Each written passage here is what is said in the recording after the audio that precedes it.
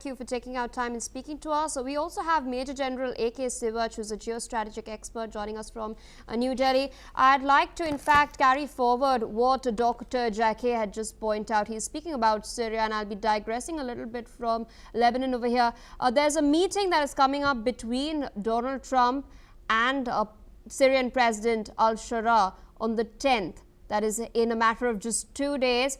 He's going to be, in fact, the first Syrian head of state to visit the White House in decades. In light of that, we've also seen certain sanctions being lifted by the Americans against al-Shara, who was infamously known as al-Jolani and wanted earlier itself for his ties to terror networks. In fact, that very infamous State Department tweet is still up. What are your expectations from this meeting? There's been a lot of murmurs regarding a security framework that Syria is currently working out with Israel, of course, with the involvement of the Americans. Knowing how Donald Trump operates, can we expect a major announcement to be made?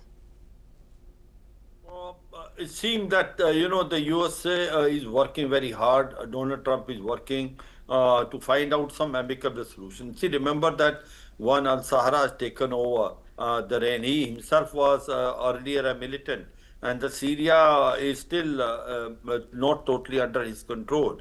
And the Golan Heights been captured by the Israel earlier, and Israel want to expand it because Israel feel it that there should be no challenge from Syria coming. But all said and done, Donald Trump calling, al-Sahara basically in White House, he just giving an indication. Because remember that Assad, the government was overthrown by these groups. And these groups were all supported by the US. So now the US want to basically give them a financial and economic aid and help, because if the Syria remains violent and Syria remains disturbed, it will have a direct impact in the complete peace of the Middle East. Now, having said so, one can say that these are all interconnected states, because earlier what was happening is, like when we were talking about Lebanon, the Hezbollah is in the southern part of Lebanon, and they used to get weapons from Iran that used to come through Iraq and then go to Syria and then to Lebanon. Now the Syria is gone out of that. See, Syria is now no more a proxy of Iran. So there will be a change, and this change Donald Trump want to encash. He want to bring Syria into the mainstream, and that's how he's basically going to give in some financial aid also, and he want to give a political stability. But in case if the Syria remains disturbed, because as of today also Syria is not totally in control, there are a number of factions which are operating there. Yes. And Assad also, though he's already taken a shelter in Russia, also still consider to have some sort of say in Syria. All said and done, it's a good move by Donald Trump. He wants peace to prevail in this area. It can only prevail if Syria is stable, and the Syria to become a stable, you need a package. You need an economic package, and you also need a political backing by the US. I think that's the message which they said. But as far as Hezbollah is concerned, and the Israel and Hezbollah had a peace and ceasefire which was signed last year. 1 year it has passed. But there was a provision that Hezbollah has to disarm. But Hezbollah is refusing to disarm.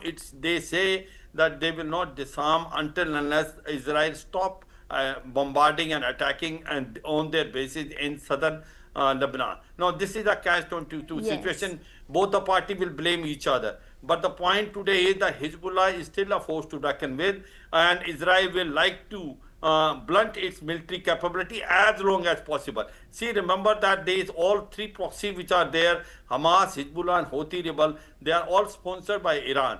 Whereas, Hamas is basically a Sunni militant group, whereas Hezbollah and Houthi rebel are Shia militant group. But these all three have been supported by them, financed, armed and equipped and trained by them. So you will find it that it is not that easy, the peace to prevail in Middle East. There are a number of fragments which are taking place.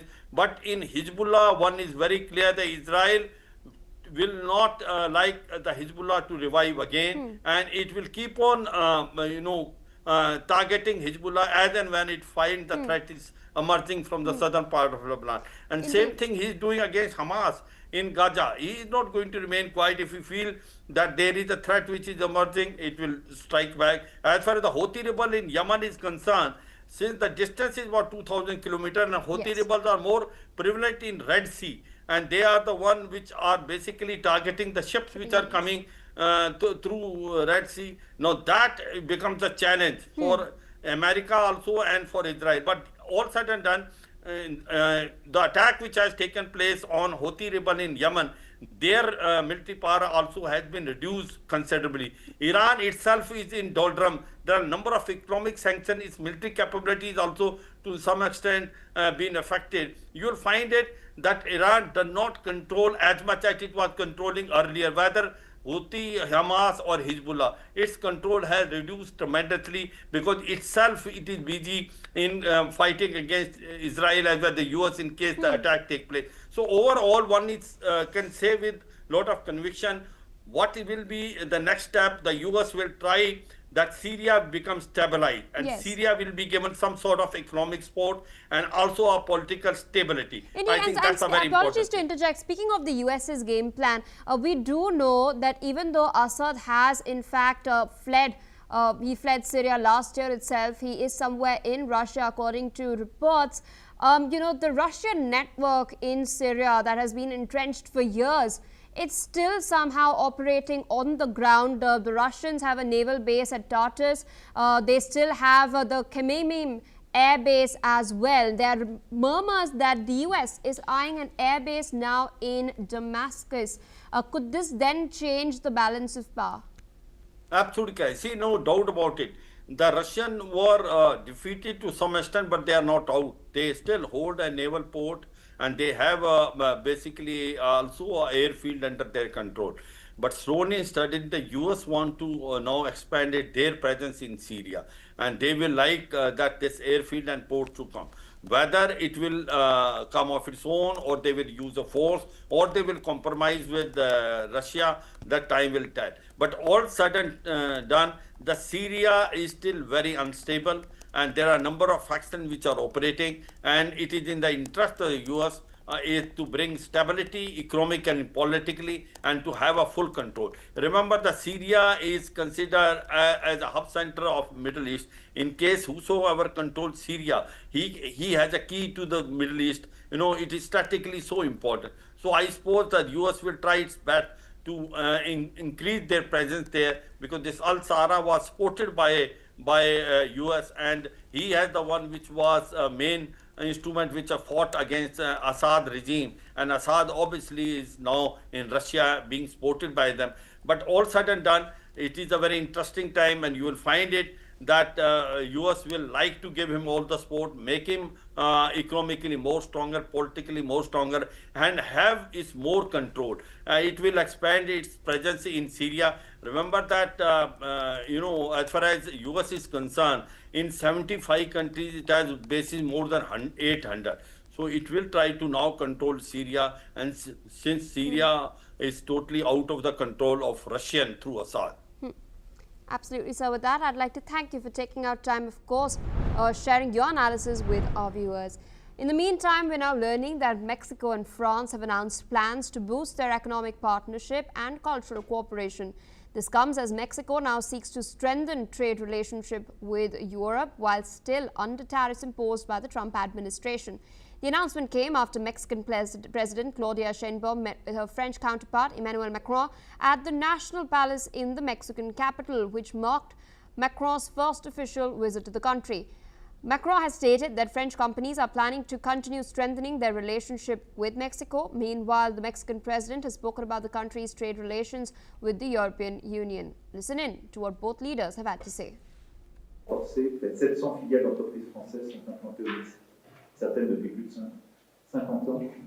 Elles génèrent environ 180 000 emplois directs, et beaucoup ont fait d'ailleurs du Mexique leur siège régional, et ces entreprises sont prêtes à continuer d'être au cœur des projets qui sont les vôtres.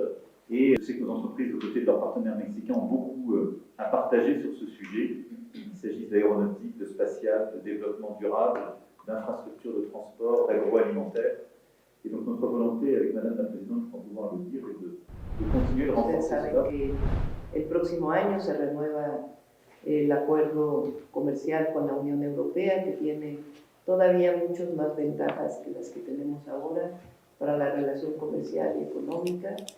Y nuestro interés es, evidentemente, fortalecer esa relación, evidentemente en el marco del tratado con Europa, pero también en términos de la relación